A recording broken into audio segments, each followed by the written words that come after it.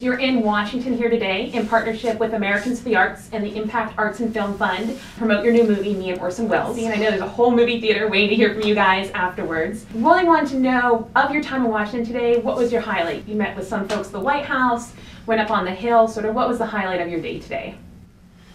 There's a lot. There were many. It was a big day. Bit of a whirlwind, but it's always fun to see kind of from the inside of government, policy and how things really happen. We met with Barbara Boxer. That was pretty thrilling. It was thrilling to have her attention for a few minutes. I mean, she was very generous actually with her time. But there's a lot going on right now. We sat down at a desk with everybody and had a great conversation about the arts and how they've impacted our lives and how they influenced our education. And that was a pretty big deal being at that table, and we felt like we had an impact. So it was pretty exciting. I came out feeling really optimistic just to have government, people involved in the administration so close to it who care. Is there one person, a friend, a family member that you recall growing up, or maybe even in the past 5 years that really inspired you? I don't know how I could narrow it down to just one. I mean, I did my first play when I was 11 or 12, and I think every single individual in that show that I was able to look up to and who were really mentors for me. I would say my first greatest influence and my first mentor was a woman called Ellen Robbins, who is a dance teacher, and I think I started working with her when I was 4 and didn't stop until I then moved to California to work on a television show called My So-Called Life. But she was affiliated for a long time with a place called Dance Theater Workshop, which is a really great dance studio in New York. I just got an email from them today. You just got an email from them? Sadly, she's not there anymore because of funding, unfortunately. But she was fantastic and very encouraging, and always every year we did a group piece, but then every student at every age would choreograph their own piece. They'd select their own music and their own theme. I was Moth to Flame one year. Oh really? God, yeah. Wait, doesn't that still exist on tape somewhere? I've heard about Moth to Flame. I've heard about Moth. Is it on YouTube? No, it's not on YouTube. It should be. That's amazing.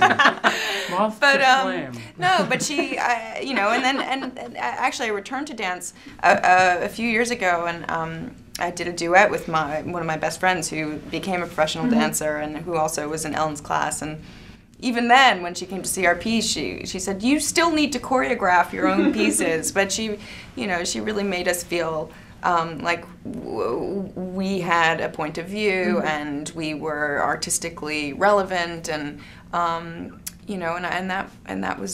that stayed with me. I took myself seriously, Moth to Flame, because of Ellen. It's such a tough question to single out one, but if you look at your past, I pick out a few moments that kind of inform, I think, who I am today. One, when I was 12 years old, 6th grade, we did a production of Julius Caesar, and everyone, I decided I didn't want to be in the cast. I should be, kind of working with the cast or working on sets, and I just naturally thought I should be running everything and not performing. So, but I was 12, and so I kind of co-directed sort of with the teacher this whole production. So it sort of echoed with me on this current film, certainly.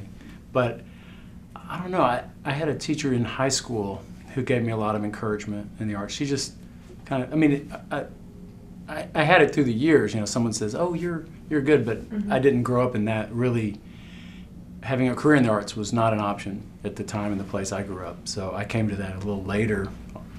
But it was that encouragement I did get through art classes and English classes, writing classes, that kind of encouraged me, or that you build on that. But certainly there's a few teachers that had huge impacts. But my biggest one was a little later. I was a junior in high school. Fran Moat, just there. Yeah, what did there you for teach? me. She was an advanced English teacher, but we studied the arts because we didn't really have it in school so much. But she would take a week out and we'd study film.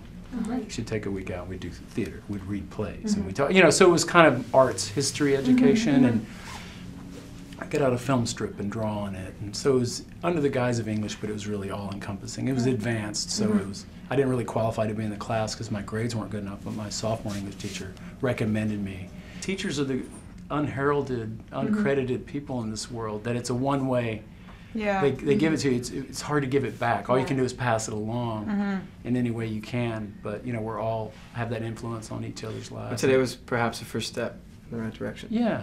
Giving a little bit. But I really admire people who spend their lives, you know, encouraging others in that way and sharing the best that they have with others. It's, you know, that's the biggest public service, and it's completely undervalued, you know, in our culture. So, my hat's off to anyone who spends a day, you know, helping young people or anything in the arts. You know. Really great. Cool. My name is Zac Efron, and the arts matter to me. My name is Claire Danes, and the arts matter to me. My name is Richard Linklater, and the arts matter to me. A lot.